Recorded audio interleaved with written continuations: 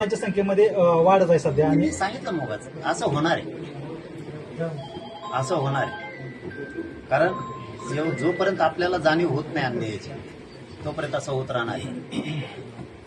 सरकार किती खुणत आलं तरी लक्ष देत नाही. म्हणून देवेंद्र फडणवीस साहेब खूप हिराला आपल्या राज्याला. तो सगळ्यात अगोदर तिथून सुरुवात आहे.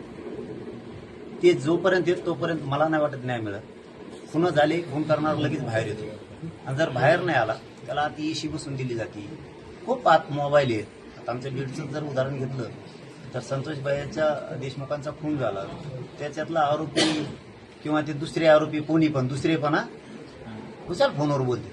आयला आपला इथं जर गाडीत नुसता मोबाईल सुन राहिला लवकर पोलिस मोबाईल देत नाही, तू मोबाईल आणून दे म्हणते. कुणाला नुसता कट मारला तर म्हणजे ती गाडी पुढे जप्त करायची इथपर्यंत घेते. कार्ड सुद्धा काढून घेते.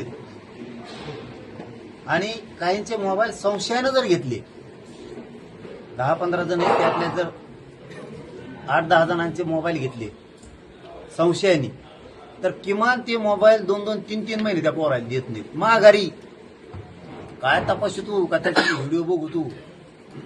हे फडणवीसांचं असलं सरकार आहे. म्हणजे प्युअर राक्षसी वृत्तीनं काम सध्या राज्यात सुरू आहे.